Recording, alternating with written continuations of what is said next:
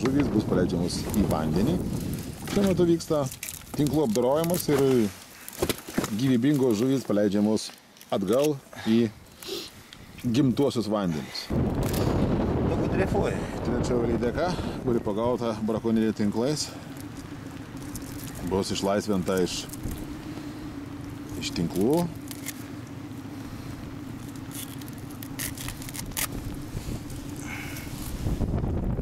Senas tinklas surastas, reikia ištraukti.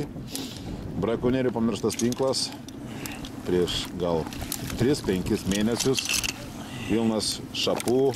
Ir vėželis yra vargšas papuolęs. Vargšas vėželis bus išlaisvintas be abejo. Vyžiaka.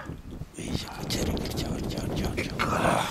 Prašom, vėželis išlaisvintas iš tinklo ir paleistas į Nemuno vandenis. Opa! Kuo toliau nuo tų baisybių. Yra baisiausiai, kad brakonieriai pamiršta savo senuosius tinklus, kuriuose žuva ne tik žuvys, bet ir vėžiagyviai.